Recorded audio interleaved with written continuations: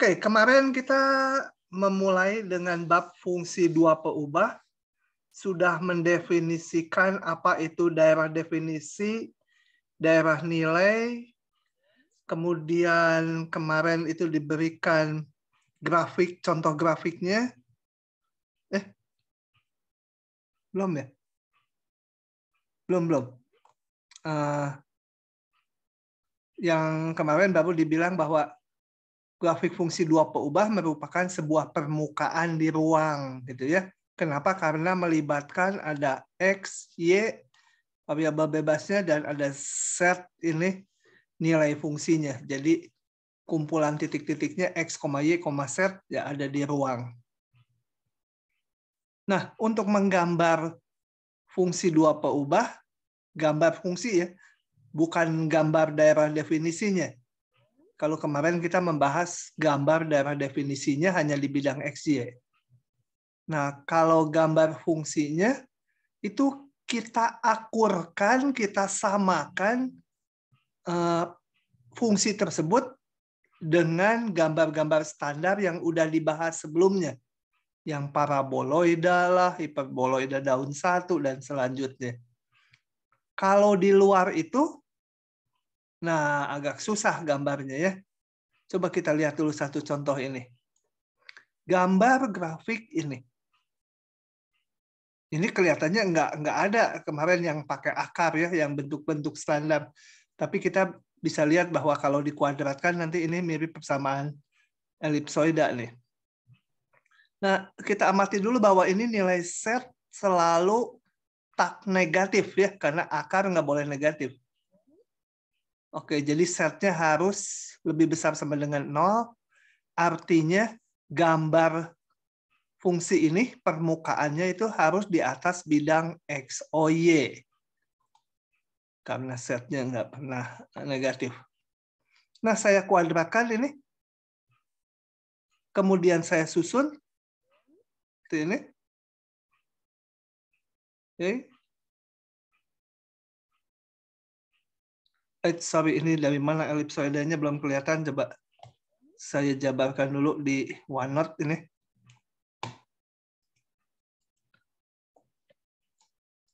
Muncul di bawah.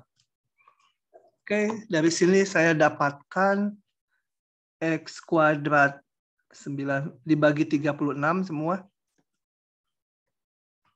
Supaya ruas kanannya 1.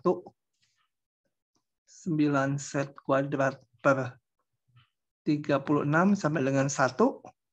Supaya menjadi bentuk standar, ini saya ubah menjadi X kuadrat per berapa itu? 36 bagi 9, 4. Tinggal 4 ya. Atau ditulis 2 kuadrat. Y kuadratnya tinggal 36 bagi 4, 9. Jadi 3 kuadrat. Ini kembali set kuadrat per 36 bagi 9, 4, 2 kuadrat ya. Dan 1. Nah, ini adalah sebuah elipsoida ya. Elipsoida. Ke arah X-nya 2, ke arah Y-nya 3, ke arah Z 2. Nah, ini saya gambar dulu elips. Potong aja yang di oktan 1 aja ya, saya gambarnya. Yang ini elips gitu, yang ini elips ke sana. Tentunya ini kalau mau diterusin, ini ke sini ada ya.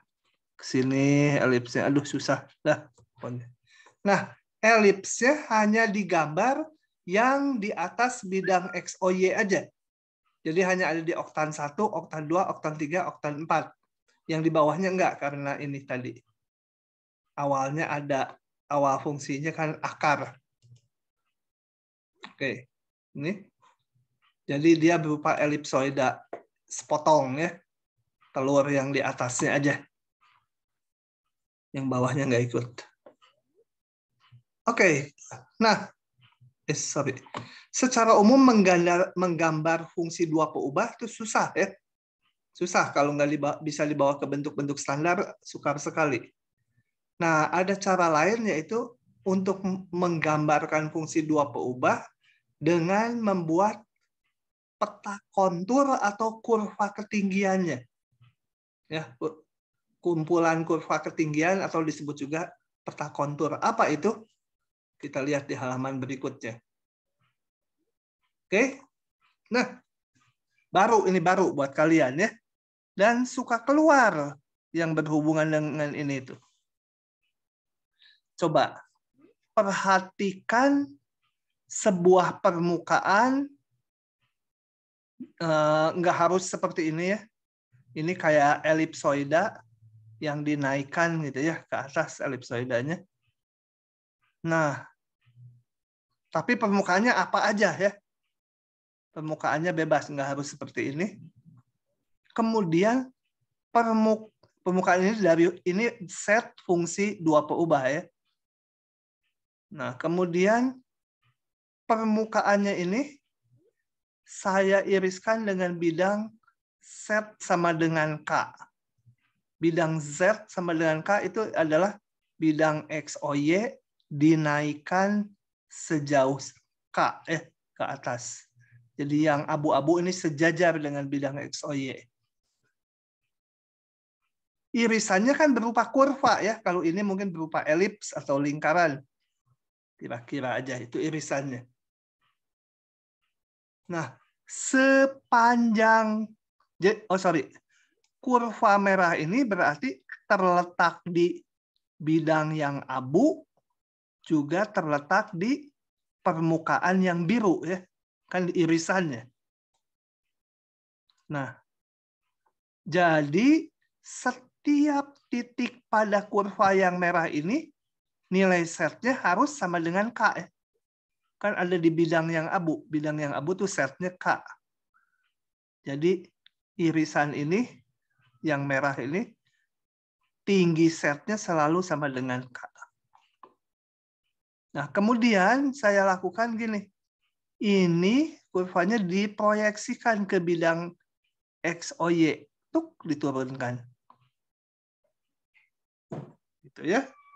Diturunkan. Sekarang saya coba tanya ke kalian. Untuk nanyanya saya harus nge-crop gambarnya dulu. Karena di sini saya sukar untuk mencoret gitu ya, menulis. Oke, proses. Kalau saya punya titik di sini di kurva merah yang bawah ini titik koordinatnya misalkan X-nya A, Y-nya B. Ya. Maka kalau saya hitung nilai fungsi dua peubah ini nih, di titik A, B, nilainya berapa ya? Bisa dihitung nggak? Coba tolong ada yang menjawab. Berapa, Sepia? Suaranya nggak jelas. Sepia? Hah? Ya, Z. Berapa nilai Z-nya? Kalau Z itu kan umum. Berapa? Wulan Sepia, Wulan Guritno. Wulandari. Oke, yang lain dulu coba. Kira-kira. Bukan, Pak. Hah? K bukan. Kak, kenapa? Karena itu Z-nya sama dengan K. Ada di Z sama dengan K. Iya, ini kan ini ya, kalau di sini nilai fungsinya ya naikkan ke sana kan? Nah, nilainya kan tingginya K tadi kan? Ini K kan? Titik yang di sini nilai setnya juga sama dengan K kan? Nilai fungsi itu kan dari titik di bidang XY naikkan sampai menusuk ke permukaan, menusuk di situ kan ya. Jadi semua titik di kurva merah yang bawah nilai setnya selalu sama dengan K. Paham nggak itu? Sekali lagi, semua titik yang di kurva merah, titik yang mana aja, kalau dihitung nilai setnya selalu sama dengan K. Paham nggak Bungaran?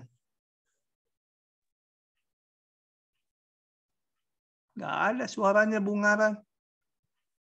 Mic-nya kecil. Bungaran, mana Bungaran? Nggak ada suaranya, udah biarin dulu. Sanya, Iya, Pak. paham nggak? Aman sih Pak sejauh ini. Aman aja kamu. Jeremia Siregar, paham tidak? Paham, Pak. Siva Nadia. Paham, Pak. Oke ya. Jadi, saya balik ke slide-nya. Kurva ini nggak harus berupa elips ya, tergantung permukaannya. Ini adalah, sebentar, ngikuti ini ya. Hasil proyeksi ini disebut kurva ketinggian dari ini. Ini, tapi maksudnya gini nih, bahwa pada kurva ini nilai setnya semua sama dengan K. Nah, ini disebut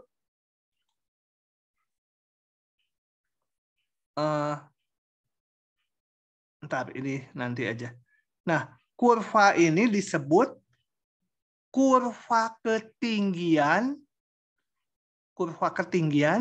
dari fungsi set sama fxy untuk ketinggian sebesar K atau untuk level K. Ya, artinya ini semua titik di sini nilai fungsinya sama dengan K. Semua seragam. Oke, ini definisi lengkapnya kurva ketinggian. Kurva ketinggian dari sebuah fungsi dua peubah ini adalah kumpulan titik-titik, harus semua titik, nggak boleh ada yang kelewat, pada bidang X, O, Y, yang nilai fungsinya sama, yaitu sama dengan K. Ya, mempunyai nilai fungsi atau ketinggian sama. Jadi kumpulan semua titik-titik yang nilai setnya sama, itu dinamakan kurva ketinggian. Nah, kalau ini kan saya iriskan dengan satu buah bidang set sama dengan K. Kalau K-nya saya ubah-ubah beberapa nilai, dapat di bawah gambarnya ini, yang kayak elipsnya juga kan banyak. Nah, itu disebut peta kontur gitu ya. Kegunaannya nanti sebentar, kita bahas contohnya dulu. Jadi prinsipnya kurva ketinggian itu gambarnya di bidang X, O, Y ya. Nanti di pengerjaan ini kita nggak perlu tahu permukaannya gimana. Yang penting apa? Bahwa fungsi dua peubah ini yang gambarnya sebuah permukaan kita iriskan dengan set sama dengan K. Ya, kayak ini diiriskan. Nah, hasil irisannya kita gambar nanti. Oke. Paguyuban. Jadi, ya masuk sini aja dulu. Jadi, untuk menggambar kurva ketinggian, ini nggak mau. Saya akan kerjakan manual. Jelek itu penjelasannya menurut saya. Meskipun sama aja dengan yang saya akan tulis, tapi ini urutannya lebih enak menurut saya yang bikin slide. Ya. Kenapa tuh bikin slide-nya kayak gitu? Ya dulu kan nggak kepikir gitu. Gini. Kan untuk mahasiswa ini pentingnya langkahnya apa gitu? Mau ngapain ini? Nah, ini mau bikin peta kontur atau gambar kurva ketinggian dengan berbagai nilai K. Jadi dari sini kita bentuk dulu persamaan kurva ketinggian. Persamaan kurva ketinggian, yaitu tadi diiris dengan set sama dengan K. Ganti set dengan K. Jadi punya persamaannya K sama dengan 1/3 akar 36 min 9x kuadrat min 4y kuadrat. Gitu ya. K-nya berapa? Nanti K-nya kita jalankan beberapa nilai. Jadi yang kita gambar ini bukan menggambar permukaannya, nggak menggambar permukaan ini, tapi menggambar ini dengan berbagai nilai K. Nah, untuk menggambar itu, saya mau lihat dulu, paling gede berapa, K-nya paling kecil berapa. Kadang-kadang nggak perlu ya, kalau gampang aja itu. Yang jelas ini K-nya atau setnya ya K-nya itu pasti nggak mungkin negatif. Karena akar ya. Paling gede dia berapa? Coba. Paling gede ini kita lihat, ini negatif ya. Jadi paling gede kalau ini 0, ini 0. Jadi dari sini saya punya K-nya pasti tadi harus non negatif. Paling gede nilai K-nya berapa? Yaitu ini 0, ini 0, ini akar 36 jadi 6 dibagi 3, 2. Nah, itu. Jadi saat kita menggambar nanti K-nya jangan milih K-nya 3, 4, atau 5,5. Nggak mungkin. K-nya harus antara 0, 2. Nah, dari sini saya supaya bisa menggambar ini persamaan kurva ketinggian ini, saya bikin menjadi bentuk standar karena ini terlihat bentuknya sebenarnya elips, gitu ya. Saya kalikan 3K sama dengan akar 36 min 9X kuadrat min 4Y kuadrat. Kuadratkan, gitu. 36 min 9X kuadrat min 4Y kuadrat. Saya susun ini 9, ini K ya, hati-hati. Ini X yang kami. 9X kuadrat ditambah 4Y kuadrat sama dengan 36 min 9K kuadrat. Ruas kanan ini nggak mungkin negatif ya, karena K-nya tadi di sini. Paling-paling dia 0. Nah, bila K-nya bukan, kapan ya 0? Kalau K-nya 2 ya, bukan 2, maka saya bisa tulis persamaan terakhir menjadi X kuadrat per 36 min 9K kuadrat. 9-nya ini saya kebawahkan per 9. Ini garis utamanya ya. Ditambah Y kuadrat dibagi 36 min 9K kuadrat dibagi 4 sama dengan 1. Itu kan? Oke. Nah, kita sekarang udah bentuknya baku. Kita gambar beberapa. Yang istimewa dulu kalau K-nya 2.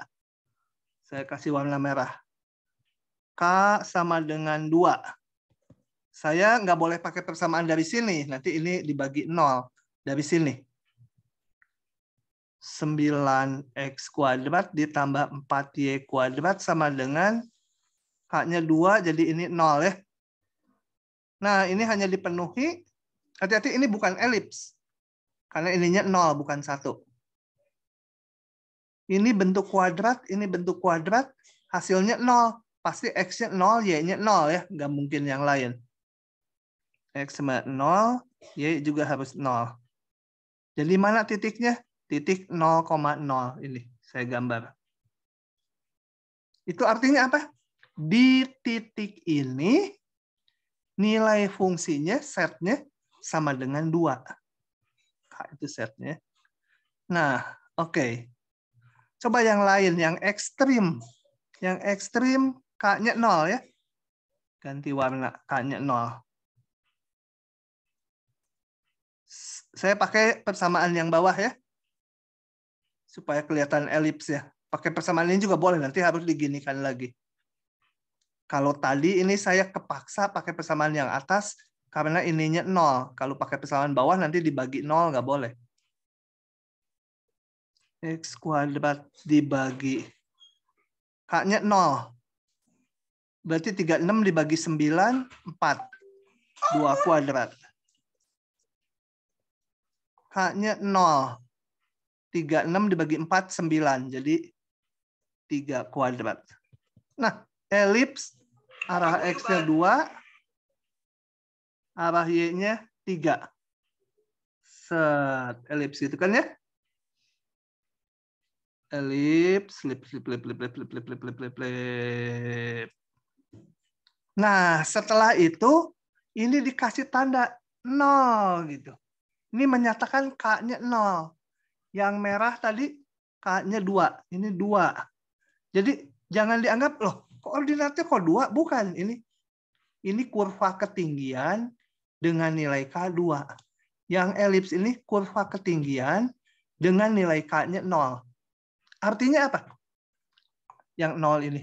Artinya semua titik yang ada di sini, sepanjang elips ini, nilai setnya selalu 0. Nilai fungsinya. K-nya kan, K itu setnya tadi. Gitu. Coba yang lain saya gambar. Misalkan K-nya sama dengan 1. Masukkan lagi ke persamaan yang ini. X kuadrat per, jadi berapa? 36 dikurangi 9, 27. Betul ya? 27. K-nya 1.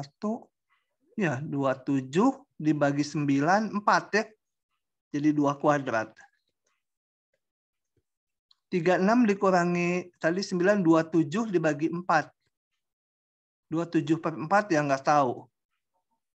3 per 2. Hah? 27 bagi 9, 3. Oh, salah. 3 aja gitu ya. Ini berapa? 36 dikurangi itu 27 dibagi 4. Wah, nggak tahu. Nggak bulat. 1 itu ya. Yang jelas ini elips lagi ke arah X sejauh akar 3. Akar 3 itu lebih kecil dari 2. Dan ke arah Y-nya akar 27 per 4. Lebih kecil dari 3 juga. Jadi kalau 1, ya ujung-ujungnya bisa dihitung ya. Potongnya di mana. Nah, ini kasih tanda 1. Ini bisa dihitung titiknya dari sini, yaitu akar 3. Yang ini akar 27 per 4. Supaya jadi bentuk Y kuadrat per B kuadrat gitu ya. Nah, ini tadi yang dibuletin 1 udah gitu. Oke, kita gambar K yang lain. Hasilnya ini hitungannya pakai yang ini aja ya. Yang di buku saya ini kurang enak urutannya, nggak enak. Nah, gambarnya gitu untuk berbagai nilai K. Berapa K yang dibikin tergantung permintaan soal. Kalau soalnya nggak nyebut, bikin aja 2 kurva. Jangan banyak-banyak ya. Oke, jadi jangan heran ini 2. Kenapa? Ini nilai K-nya 2. Ini K-nya 1,8. Nah, apa kegunaan peta kontur ini? Peta kontur ini sebenarnya banyak dipakainya cuma sama orang geodesi kayaknya. Itu coba, kalau kita ada di sebuah perbukitan, bukit-bukit gitu ya, dan kita ada di bawahnya, maka kita lihat bahwa ke arah luar, makin keluar, bukitnya makin rendah. Karena ini menyatakan nilai setnya kan, tingginya. Makin ke pusat, bukitnya makin tinggi. Dan paling tinggi nilainya 2 ya. Ya entah satuannya 2 km atau 200 meter, tergantung satuan. Jadi dengan adanya peta kontur ini, atau gambar kurva-kurva ketinggian dengan beberapa nilai K, kita mengetahui daerah yang nilai fungsinya tinggi atau yang rendah. Begitu ya. Jadi kalau ini pegunungan atau perbukitan, dari peta kontur kita tahu, oh ke arah mana daerahnya akan makin tinggi dan ke arah mana makin rendah. Kalau ini kebetulan istimewa sekali sisi simetri ya. Paling tinggi di pusat. Kemudian ke sana ke timur laut atau ke tenggara atau ke barat laut atau barat daya, semua sama simetri, dia mengecil. Oke, itulah kurva ketinggian. Silakan kalau ada pertanyaan, kalau masih bingung. Karena Mau bertanya, Pak. Ya. Jadi si Z atau K itu sebuah titik atau luas, Pak? Belum titik, belum luas. Set itu nilai fungsi aja. Nanti kalau udah belajar bab berikutnya, kita akan ngelihat apa hubungannya set itu terhadap geometrinya. Untuk ngitung volume nanti. Sekarang mah ada fungsi aja. Fungsi ini sepanjang kurva yang merah paling luar. Jadi kalau XY-nya ada di sini, maka kalau dihitung nilai setnya akan 0 gitu. Ya. Kalau berada di kurva yang biru, kita ngambil titik yang di yang hijau, ngambil titiknya, maka kalau dihitung setnya pasti bernilai 1 gitu. Jadi kalau peta kontur itu intinya adalah mengumpulkan titik-titik yang nilai fungsinya sama. Ini satu kurva nilai fungsinya sama, selalu 0. Di kurva ini nilai fungsinya selalu 0 gitu. Gitu. Bisa dipahami ya? Jadi belum ke interpretasi, nanti menyatakan luas apa nanti belakangan. Jadi intinya si Z itu fungsi ya, Kak? Fungsi. Berangkatnya dari fungsi. Ini. Sorry. Berangkatnya dari fungsi dulu. Harus dari fungsi. Oke. Nah, permukaan ini yang berbentuk fungsi. Asal usulnya. Kalau gini pasti fungsi nih. Kalau set sama dengan fxy itu fungsi. Tapi kalau saya tulis set kuadrat tambah y kuadrat min 3 set kuadrat sama dengan 1, belum tentu fungsi. Tapi kalau set sama dengan berapa xy, dia fungsi. Jadi dari fungsi ini kita kumpulkan titik-titik yang nilai setnya sama. Nah, itu namanya satu buah kurva ketinggian. Kumpulkan lagi yang nilai setnya sama lagi, yang nilainya 1, dapat kurva lagi. Begitu. Nah, untuk mempertajamnya pengertiannya ya, kita lihat 2 pertanyaan ini. Pertanyaan ini. Ini diktat ini tuh dipakai juga sama beberapa dosen ya. Dan beberapa tahun lalu saya cek karena tujuannya bukan mau menguji, mau mengecek supaya dosennya paham nggak gitu ya dengan diktat saya. Nah, jadi saya tanya yang nomor 1. Ada 3 dosen jawabannya salah. Aduh, bikin saya khawatir kalau gitu. Dosen tersebut kan ngajar. Kalau salah, ya informasi yang nyampe ke puluhan mahasiswa jadi salah gitu ya. Nah, jadi kalau ngajar nih harus super hati-hati.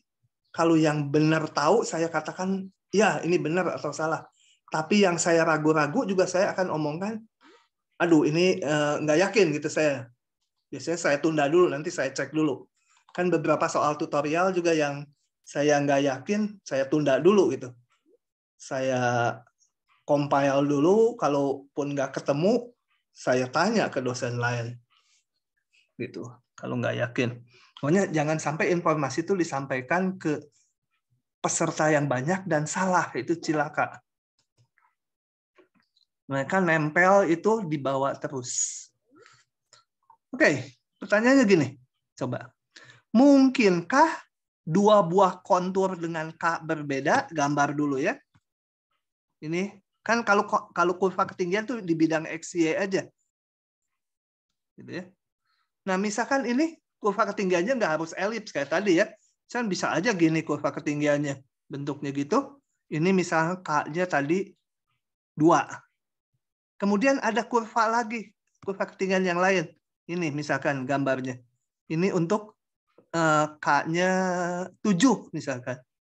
Nah, ini mungkin nggak 2 buah kontur, K-nya beda. Yang merah 7, yang hitam 2. Dan berpotongan. Berpotongan di sini. Mungkin nggak terjadi ini? Hah? Coba. Kayaknya enggak, Pak. Hah? Apa-apa? Kayaknya enggak. Kayaknya enggak. Kenapa enggak? Kan tingginya beda, gimana mau potong? Nah, kalau tingginya beda kenapa? Iya, jadi satunya ada di atas, satunya di bawah. Iya, kalau beda ya betul, yang satu di bawah, satu di atas. Tapi menyalahi nggak ke aturan matematik yang adanya?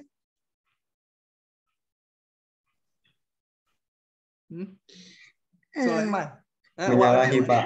Karena kan Ode dulu, kenapa? Ode gimana? Kalau X sama Y-nya sih kayaknya berpotongan, tapi kalau Z-nya enggak. Hah? Enggak, ini kurva ketinggiannya mungkin enggak berpotongan di titik A, B lah, ini disebut titik P, Q itu. Mungkin enggak? Enggak. Alasannya belum tahu ya. Oke, tadi satu lagi yang mau ngomong, siapa yang cowok? saya, Pak. Ya. Menurut saya nggak mungkin, Pak. Karena kan kalau misalnya berpotongan, tandanya dia bukan sebuah fungsi. Nah, itu tepat sekali ya. Kalau gini apa coba? Kalau saya hitung nilai fungsi di A, B, menurut kurva ketinggian ini nilai ini kan K-nya 2. Berarti dia 2. Paguyuban. Tapi menurut kurva yang merah, karena berada di kurva ketinggian yang merah, nilainya 7. Ini ada satu titik, nilainya bisa 2 nilai setnya. Bukan fungsi nanti. Nggak boleh kan fungsi satu buah pasang XY harus dapatnya 1 nilai. Nggak boleh 2 nilai gini. Jadi nggak boleh ini. Jadi ini tidak gitu ya. Tidak mungkin. Karena kalau berpotongan dengan K berbeda, nanti nilai setnya jadi ada 2 nilai. Oke. Sekarang yang berikutnya, yang kedua. Sambil saya hapus, kalian mikir dulu. Saya gambar ya. Mungkinkah 2 kontur yang tidak berpotongan, nggak berpotongan konturnya gini misalkan, yang satu lagi gini gitu, nggak berpotongan, K-nya sama. Ini K-nya 2, ini K-nya juga 2. Mungkin nggak?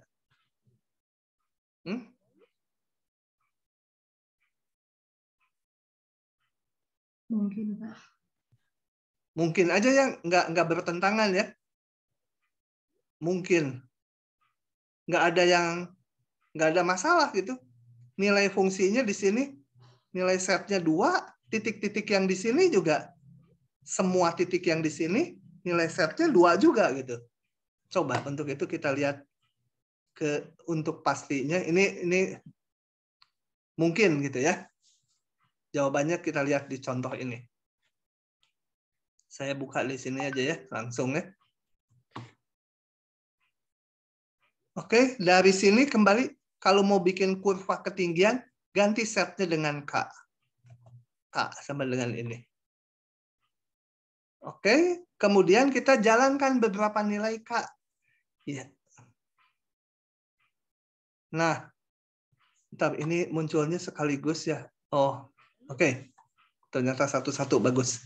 Kalau saya ambil K-nya sama dengan 1 dulu ya. Kalau K-nya 1, gambarnya apa? XY sama dengan 1. Ini adalah sebuah hiperbola ya. Coba dilihat lagi kalau lupa, hiperbola itu kan biasanya gini. Salah satu negatif ya. Tapi saya udah pernah bahas, hiperbola ini kalau diputar 45 derajat, berlawanan jarum jam, bentuknya menjadi XY sama dengan K. Gitu ya. Oke, kalau K-nya positif, dia gambarnya, ini K-nya positif, gambarnya gitu. Kalau setengah ini gimana? Ya gambarnya mirip, cuma mungkin lebih rendah gitu ya. Gitu. Oke, jadi di sini saya gambar untuk K-nya 0,25. XY sama dengan 0,25, itu hiperbola. Nah, kita lihat ini. 2 buah kurva berbeda, K-nya sama. Jadi yang tadi pertanyaan kedua mungkin. Ya, udah terjawab. Coba ini saya gambar lagi beberapa K. K-nya minus. Kalau minus ada gambarnya di sini dan di sini.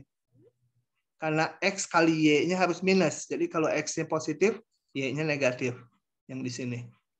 Kalau X-nya negatif di sini, Y-nya yang harus positif. Kemudian kalau dipilih nilai yang lain, 0,5 dia ada di atasnya. Kalau ini malah di bawahnya. Minus 0,5. Kalau 0 boleh nggak? Boleh. 0 kan nggak masalah.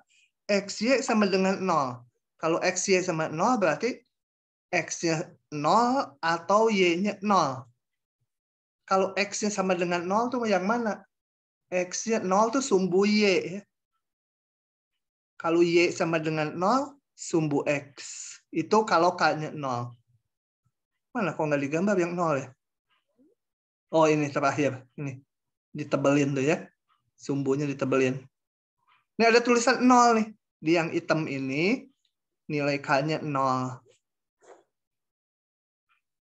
Nah, dengan ini kita juga bisa ngelihat kalau ini menyatakan daerah perbukitan, ke arah sana makin tinggi bukitnya. Ke arah sana makin rendah bukitnya. Bahkan minus. Mungkin ini lautan, ini ke arah pantai, ini ke arah gunung mungkin gitu ya gerakannya. Jadi dengan peta kontur ini kita tahu daerah yang nilai setnya tinggi atau yang rendah. Paham nggak tuh? Ditanya sama si Aki. Faliha, paham nggak? Bisu si Faliha mah. Nggak ada suaranya, mic-nya 0. Marisa. Paham, Pak. Paham? Oke. Lanjut ke contoh berikutnya. Sama aja caranya. Jadi ini kurva persamaan kurva ketinggian ganti setnya dengan K ya. Nih K. Nah, ini hiperbola kan? Yang ada di sumbu X atau di sumbu Y tergantung K-nya positif negatif. Oke. Oh, K-nya 0 dulu. Yang istimewa. K-nya 0. Hati-hati, ini bukan hiperbola. Kalau hiperbola, kuadrat salah satu negatif, tapi ininya 1. Atau kalau nggak 1, ya bisa dikedepankan. Bisa dibuat 1. Ini nggak bisa dibagi 0 ke depan, nggak boleh. Jadi ini, saya punya persamaan, Y kuadrat sama dengan X kuadrat. Y-nya berapa? Ditarik akar, plus min. Gambarnya, sebentar. Saya gambarnya nggak dimunculkan dulu, jadi mau saya gambar aja. Saya bolak-balik slide-nya.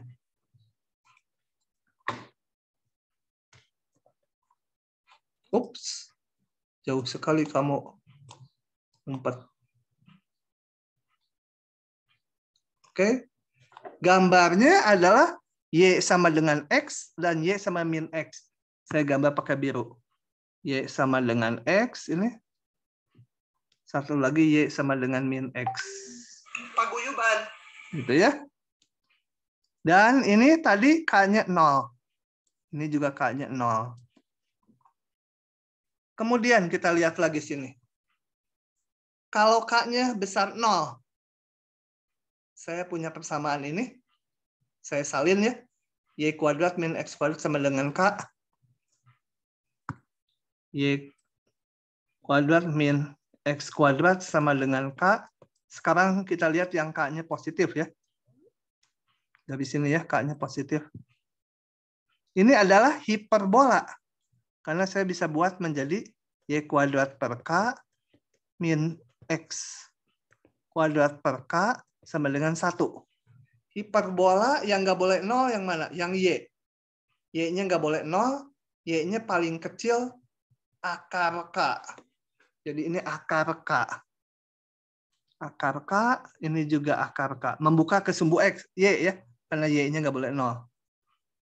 Ini mah di 1 terlalu istimewa. Sini akar K, minus akar K.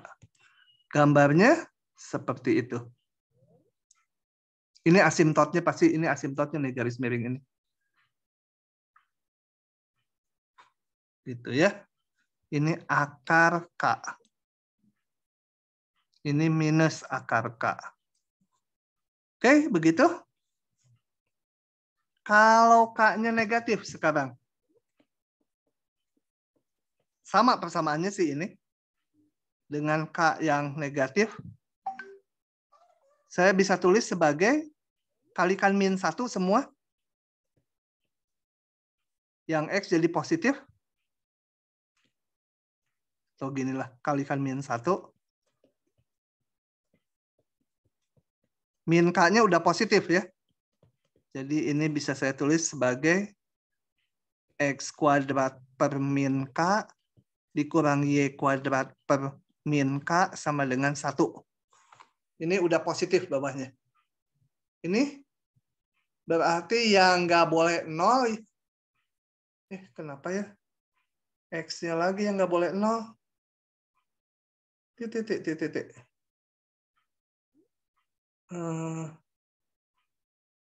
X-nya. Oh, ini Y-nya yang nggak boleh 0 ya? Salah tadi. Sorry, ini salah ya. Yang ini kan X, Y-nya nggak boleh 0, Y-nya akar K. Jadi gini. Sorry. Yang tadi harusnya, ini harus asimtot. Ini akar K, ini min akar K. Gitu ya. Itu yang tadi ini. Sekarang yang ini, yang nggak boleh 0, X-nya. X-nya nggak boleh 0. Jadi membuka ke sumbu X. Gambarnya, ya dihitung aja titiknya sih ya. Ini akan asimtot gitu. Ini asimtot. Nah, begitu. Kalau mau dihitung ini berapa nilainya?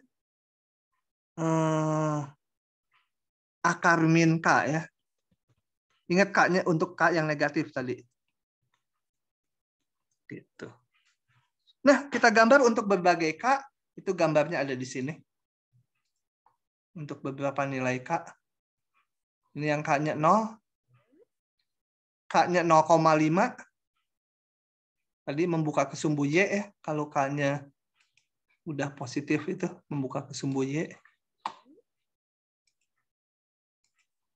K-nya minus 0,5 membuka ke sumbu X. Dan saya gambar beberapa nilai K. Begitu.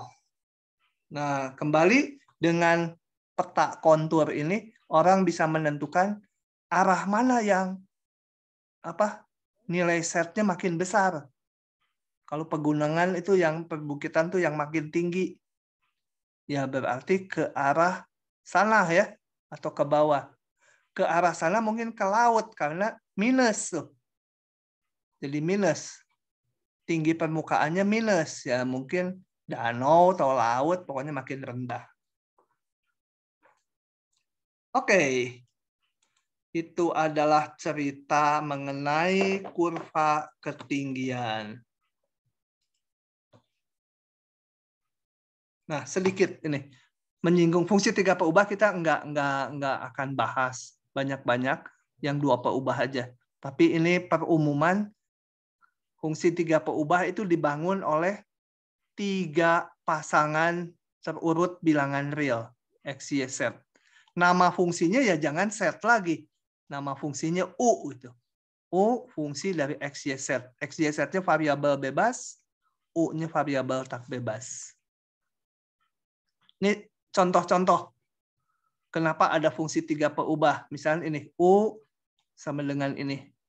Kita udah nggak bisa menggambar grafiknya. Kenapa? Karena ini ada di dimensi 4.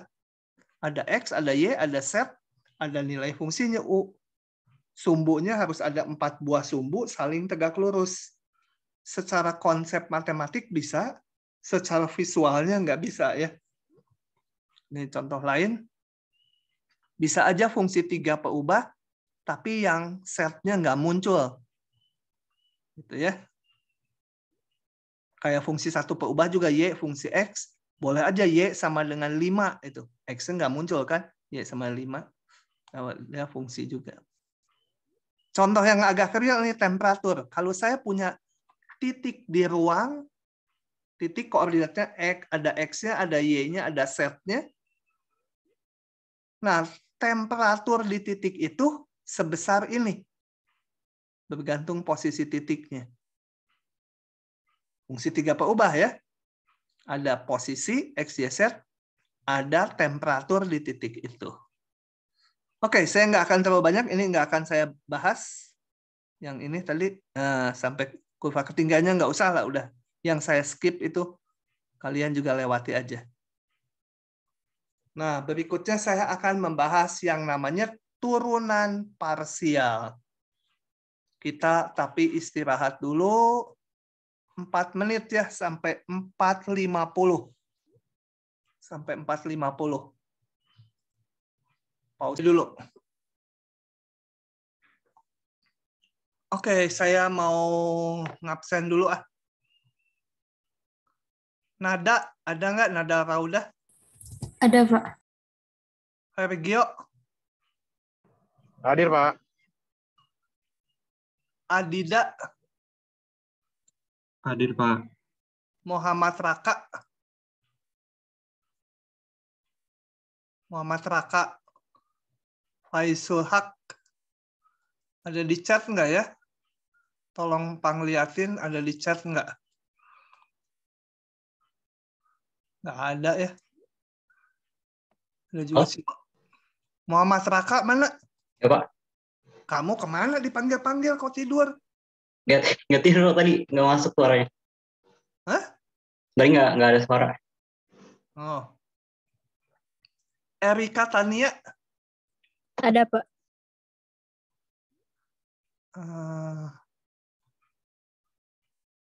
Cherry Putri?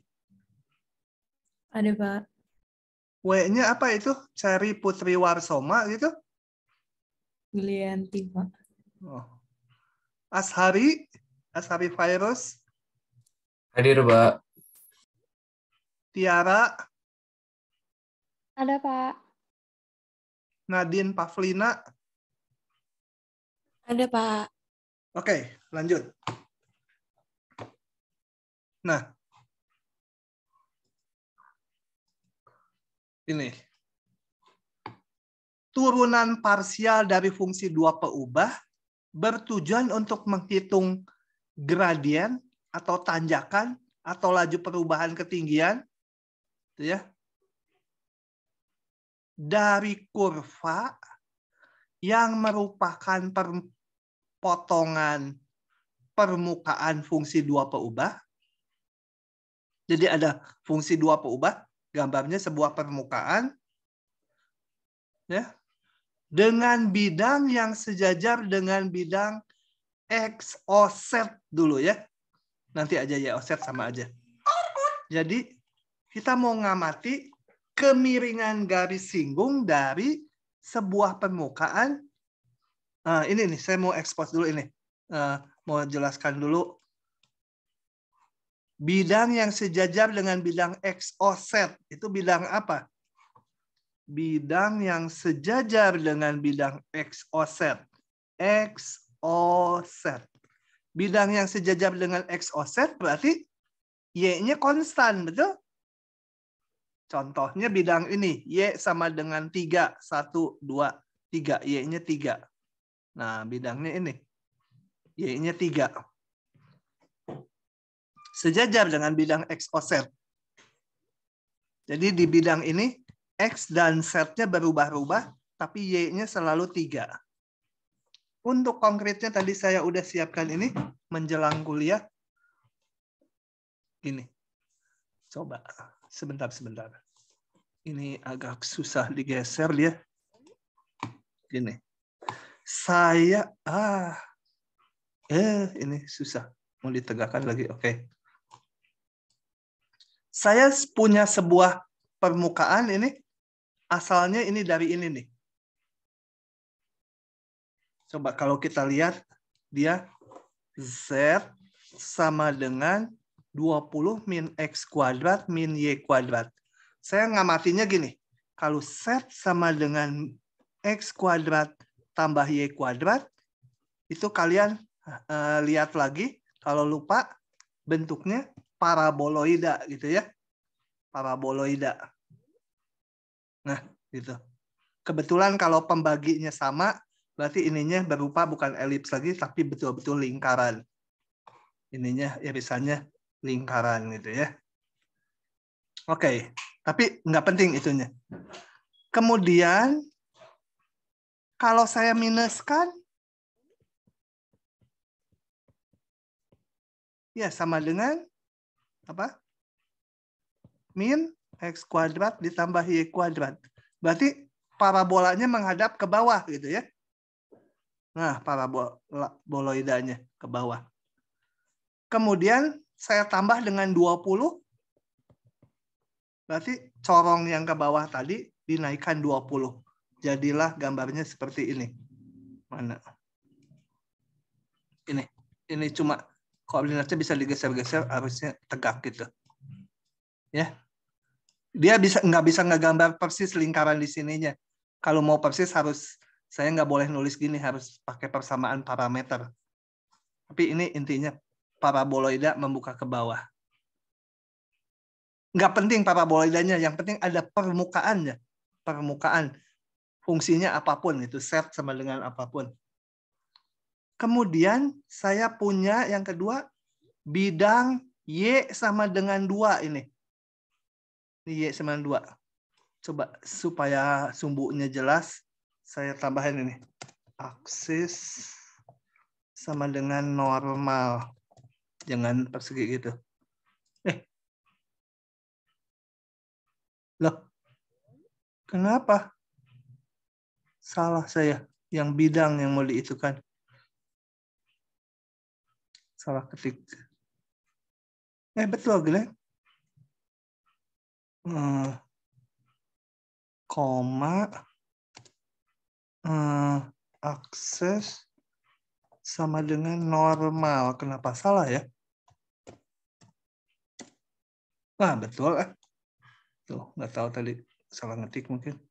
Nah, ini sumbu X positif ke sini. Coba digedein ya, bisa nggak? Nah. Oke. Ini pakai program namanya Maple, bisa digeser-geser. Ini ke sini itu sumbu X positif, ini sumbu Y positif. Saya bikin Y sama dengan 2 ini. Y sama dengan 2 itu bidang yang ini. Gitu ya. Bidang Y sama dengan 2 itu sejajar dengan bidang XOY. Bergeser, bidang XOY digeser ke kanan sejauh 2 satuan gitu ya. Nah, kita iriskan dengan bidang yang dengan fungsi 2 peubah kita. Z sama dengan fxy. Ini irisannya hanya saya gambar yang di oktan 1. Ini irisannya. Ya, jadi ini gambarnya kenapa yang permukaannya beda dengan yang atas, karena hanya digambar seperempatnya aja yang di oktan 1. Tuh, diiris. Gitu. Irisannya berupa apa? Hasilnya kurva ini kan. Kurva. Nah, yang istimewa. Sepanjang bidang ini, Y-nya selalu 2 kan tadi. Jadi, sepanjang kurva ini, kurva irisannya, Y-nya selalu 2 ya. Paham ya itu ya? Jadi kurva irisannya, Y-nya konstan. Oke. Nah, kita akan menghitung kemiringan garis singgung di kurva ini. Di salah satu titik tentunya. Salah satu titik di kurva ini akan dihitung kemiringan garis singgungnya. Balik saya ke slide-nya. Jadi, lihat yang ini. Halo, ada pertanyaan? Kalau ada pertanyaan langsung ya. Oke, ini diulangi. Kalau tadi gambarnya bisa diputar-putar, yang ini gambarnya kaku. Intinya ada sebuah permukaan bentuknya nggak tahu kita apa aja ya. Kemudian permukaan itu diiris dengan bidang Y sama dengan konstanta. Y sama dengan 2 tadi. Kalau di sini Y sama dengan Y0. Nah, ini bidang Y sama Y0. Jadi sepanjang bidang yang warnanya agak biru ini, nilai Y-nya selalu sama dengan Y0 konstanta.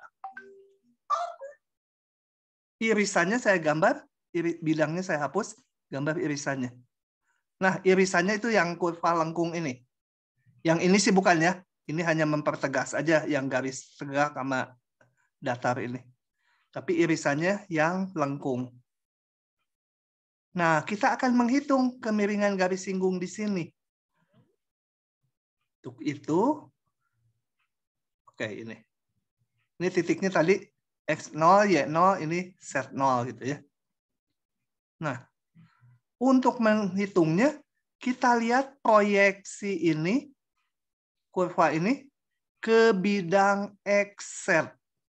Bukan yang ini ya, beda ya, lebih kecil ya. Karena makin ke kanan kan makin kecil lengkungannya. Ya, tapi mirip lengkungan ini. Nah, jadi seolah-olah mata kita taruh di sini nih. Matanya taruh sini, lihat ke sana. Jadi ini sumbu X positif, ini sumbu X positif, ini sumbu Z positif. Nah, ini proyeksinya di bidang XOZ. Proyeksikan ke sana.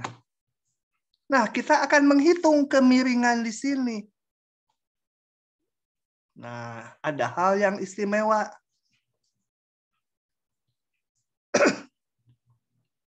Kurva ini nilai Y-nya selalu Y0 kan? Jadi kurva ini yang ada di ruang nih ya, gambarnya ada di ruang, itu dapat dipandang sebagai set fungsi X, Y, tapi Y-nya konstanta, Y0. Y-nya Y0 konstanta. Jadi kita seolah-olah punya kurva ya hanya set fungsi X saja. Y0-nya mah konstanta, ikutan aja. Maka turunannya terhadap X ya. Jadi turunan set terhadap X itu menyatakan kemiringan kurva ini. Gradien garis singgungnya. Nah, saya mau tulis lagi karena yang di sini teoritis dan di bawahnya. Saya mau skip yang teoritisan gitu. Oke. Kalau pakai elektronik tuh enaknya gini. Kalau manual di papan tulis kan susah. Zaman dulu kepaksa. Nah, kemiringan ini tak lain adalah turunan fungsi Z terhadap X saja.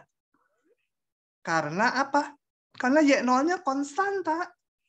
Y0-nya konstanta, di sini kurva ini Y-nya selalu sama dengan Y0, yang variabel hanya X dan Z.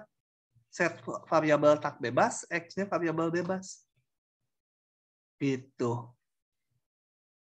Nah, tapi karena dua peubah, nulisnya nggak pakai D, ada notasi baru.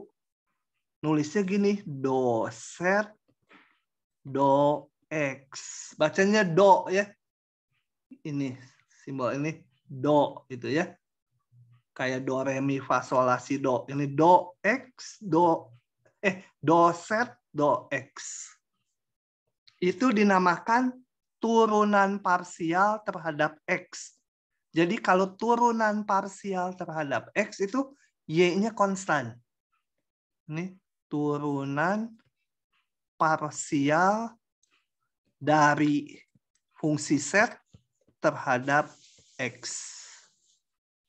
Oke, saya sebelum melanjutkan yang satunya lagi, ini diselesaikan dulu. Nah, turunan parsial terhadap X tersebut, notasinya boleh gini. Boleh juga ini Fx, itu indeks. Yang limitnya lupakanlah, ini terlalu teoritis lah. Ini buat orang matematik saja. Yang penting cara ngitungnya tinggal menurunkan Z terhadap X Y-nya dipandang sebagai konstanta, gitu ya. Oke, kita lihat contoh.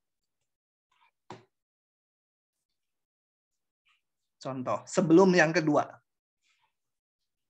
Saya akan crop contohnya.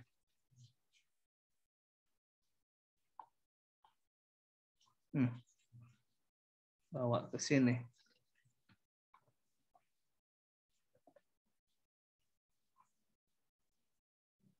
Oke, tentukan turunan parsial terhadap X, kita baru terhadap X, dari fungsi ini.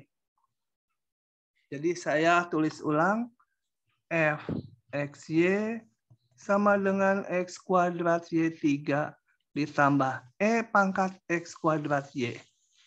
Nah, kalau mau menghitung turunan parsial terhadap x, berarti tadi y-nya dianggap konstanta.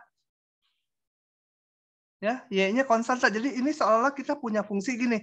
X kuadrat dikali A pangkat 3, A-nya konstanta. Gitu, mau diturunkan terhadap X. Notasinya boleh ini. Boleh juga ini.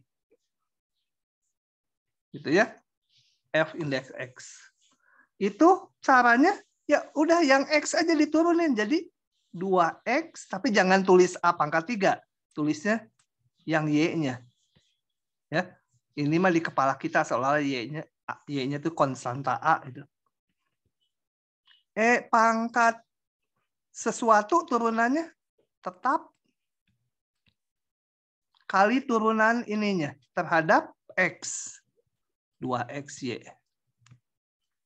Paham tidak sampai situ? Itu turunan parsial terhadap X. Cara ngitungnya paham? Ashari, Virus, paham tidak? Paham, Pak. Anak Agung, paham tidak? Paham, Pak. Ayu, Ramesli, paham tidak ngitungnya? Kalau nggak paham, nanya-nanya ya. Ya, paham, Pak. Ameliali, Paham, Pak. Yolanda, paham tidak?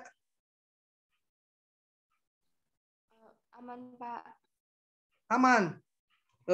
Aman kalau kuliah, nanti ujian, hati-hati. Bisa nggak aman. Oke.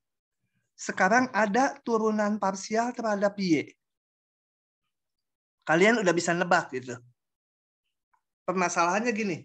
Ini diberikan permukaan dari set fungsi XY ya. Ya, anggap aja fungsi yang sama dengan tadi. Dan di sini juga ada titik X0, Y0, tingginya set 0. Nah, kemudian saya iriskan permukaan ini dengan bidang X-nya konstan. X sama dengan X0. Ini saya nggak bisa saya geser ya, udah kaku.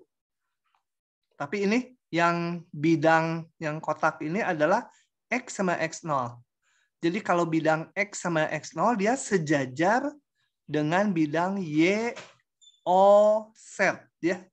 Bidang yang dibangun oleh Y, O, Z digeser sebanyak X0 ke sumbu X positif. Irisannya kembali berupa kurva kan? Sorry, kecepatan. Ini irisannya kurva ini. Nah, kurva ini saya proyeksikan ke sumbu Y, O, Z. Ya. Jadi mata kita ada di sini. Mata kita di sini melihat ke sana. Melihat ke dalam sana. Ada di sini matanya. Hasilnya proyeksinya seperti tujuan kita menghitung garis singgungnya ini proyeksinya ini. Ya, tujuan kita menghitung kemiringan garis singgung di sini. Ingat di sini sekarang X-nya konstan. Y dan Z-nya berubah-ubah di kurva ini. X-nya konstan, yaitu X0.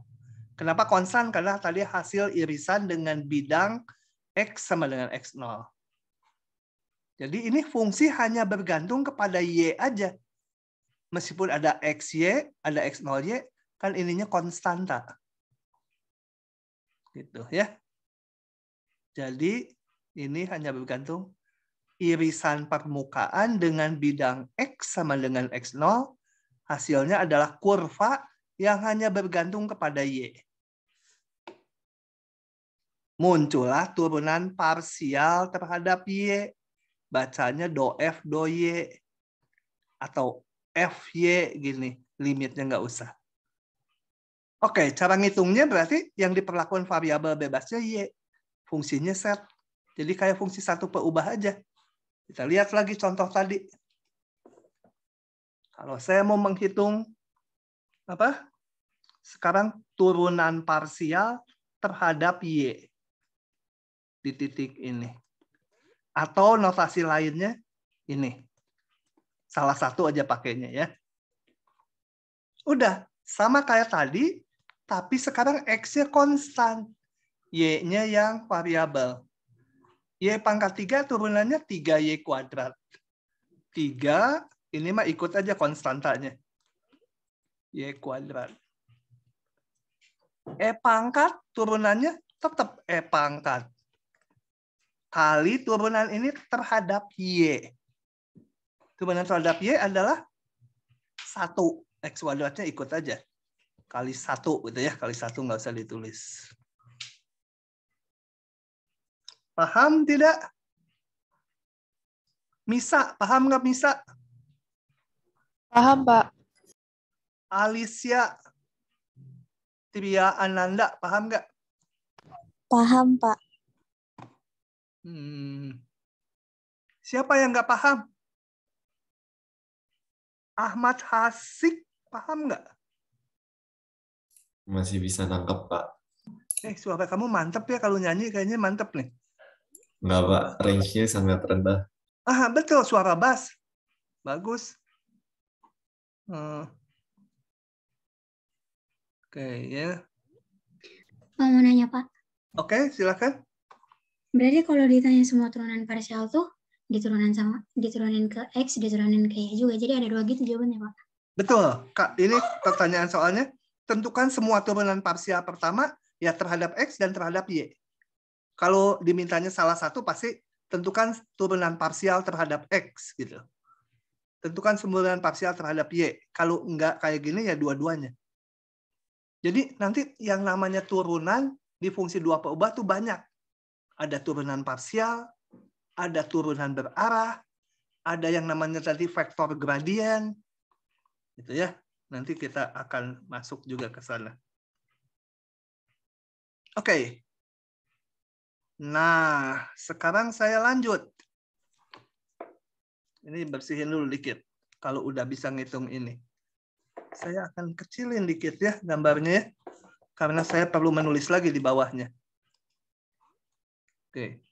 Ini mau saya kecilin dikit aja. Tapi kalau di kalian nggak kebaca, tolong bilang. Ya, saya gedein lagi. Supaya space-nya nggak habis. Oke, ini tadi. Kok nggak mau? Ini turunan parsial terhadap X. Turunan parsial terhadap Y. Nah, sekarang kita lihat. Si do F do X ini kan hasilnya fungsi 2 perubah lagi kan nih. Nah, maka hasilnya ini bisa diturunin parsial lagi terhadap X juga terhadap Y ya. Jadi yang ini nanti ada 2 lagi turunan parsialnya. Ini ada 2 lagi. Itu dinamakan turunan parsial kedua. Coba kita lihat. Ini kotaknya saya hapus lagi ya, supaya nggak ngotorin. Turunan parsial terhadap, ini saya tulis ulang, do F. Do X, kan ini isinya ini. Saya turunin parsial dia terhadap X lagi. Notasinya boleh itu, boleh juga gini. D2F, do X kuadrat. Boleh, nah ini. Boleh juga ini. Fx itu ya. Ini kan tadi Fx ya. Diturunin ke X lagi. Nah, caranya kayak tadi. Ini turunin ke X, Y-nya dianggap konstan, tak? Ini turunin ke X, hasilnya 2. 2. Y-nya mah ikutan aja konstan, tak? Yang ini perkalian dua fungsi. Dua-duanya memuat X. Jadi turun ke X apa? Yang ini dulu, yang depan diturunkan. E pangkat tetap kali turunan pangkatnya terhadap X. X kuadrat Y jadi 2XY. Ya gitu kan? Dikalikan yang ini. Ditambah ini tetap pakai rumus perkalian turunannya. Dikali turunan ini terhadap X, yaitu 2Y.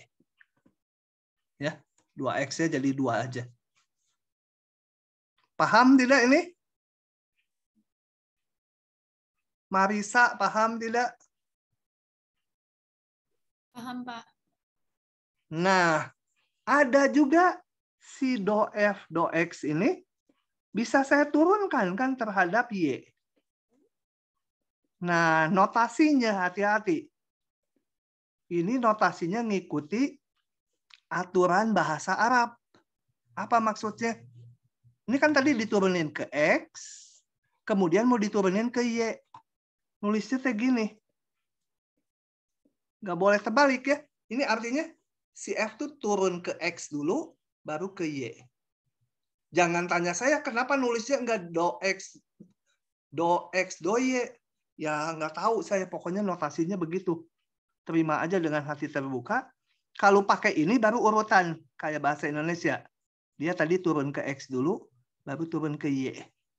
Kalau pakai do 2, ini turun ke sini, baru turun ke sini ya artinya. Jadi ini dua ini sama. Caranya ya sama aja. Sekarang saya turunkan ini terhadap Y. X-nya dianggap konstan. Ini turun ke Y jadi 3Y kuadrat. Kali 2 jadi 6. Gitu ya. Ini kembali perkalian. Perkalian turunin ke Y. Yang kotak pertama turun ke Y, E pangkat tetap. Kali turunannya terhadap Y. Y ini hanya ada Y, diturunin ke Y, 1. Ini ikut aja, 1 kali X kuadrat. Dikali 2XY. Ditambah yang ini tetap. Dikali ini turun ke Y. Tinggal 2X saja. Begitu. Nah, yang dua lagi kalian udah bisa nebak lah ya. Turunan parsial dari do F, do Y, kalau diturunkan lagi terhadap X, notasinya kalau pakai ini kayak tadi terbalik. Jadi ini tadi kan turun dulu ke Y, baru ke X. Jadi turun ke Y dulu, baru turun ke X. Nah, caranya pakai aturan bahasa Arab ya. Bacanya dari kanan ke kiri. Kalau ini enggak. Ini ngikuti ini. Jadi pusing ya. Balik-balik. Nah, sama caranya. Ini turunin ke Y. Turunin ke X, sorry. Ini turunin ke X menjadi 6X ya. 6X, Y kuadratnya ikut. Ditambah, ini ada 2 suku turun ke X. Ini dan ini. Oke, supaya enggak terlalu banyak ini. Yang E pangkat turunannya ke X, jadi E pangkat tetap. Kali turunan ini terhadap X. 2XY ya. X-nya aja yang diturunkan. 2XY. Dikalikan X kuadrat. Ditambah. Ini tetap, ini diturunkan. Kali 2X. Ya, kalau mau disederhanakan silahkan. Oke, satu lagi. Turunan do F, do Y bisa diturunkan ke Y. Notasinya do 2F. Kalau ini sama-sama Y jadi do Y kuadrat gitu ya. Nggak penting urutannya. Udah kayak yang di atas ya. FYY gitu. sama dengan, masih kebaca buat ini, kecilin dikit supaya bisa kelihatan. Turun ke Y ini menjadi 2Y ya. Jadi 6X kuadrat Y. Kenapa sama ya? 2Y. Betul ya? Sama ya sama ini. Kebetulan aja. Ini tadi turun ke X jadi 6XY kuadrat. Kalau ini 6X kuadrat. Oh beda ini Y ya. 6X kuadrat Y. Ditambah. Ini pakai perkalian. Turun ke Y. Tetap. Dikalikan turunan pangkatnya terhadap Y. Ya X kuadrat ya. Dikali X kuadrat. Ditambah. Ini nggak ada Y-nya. Ya udah segitu. Nggak ada tambah. Ini aja yang diturunkan. Ini konstanta. Karena yang ini nggak ada Y-nya.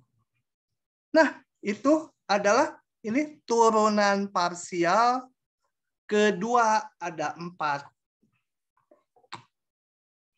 Begitu. Inilah notasi-notasinya ya. Ini udah saya jawab barusan. Oke, paham sampai di situ?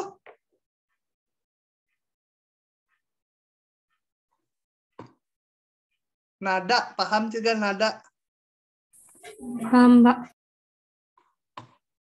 Kalian, Hartono, paham tidak? Paham, Pak. Stephen sakit ya? Stephen, apa aja kan sakit. Hadir, Pak. Gak, Pak. Kemarin ya, Pak. Udah sembuh. Nah. Paham nggak, Stephen? Paham, Pak. Lumayan. Oh, Mahathir, Perdana Menteri. Paham Ya, tidak? paham, Pak. Oke, kalau sudah paham, saya hari ini hanya sampai situ dulu. Ya, karena limit konsep baru,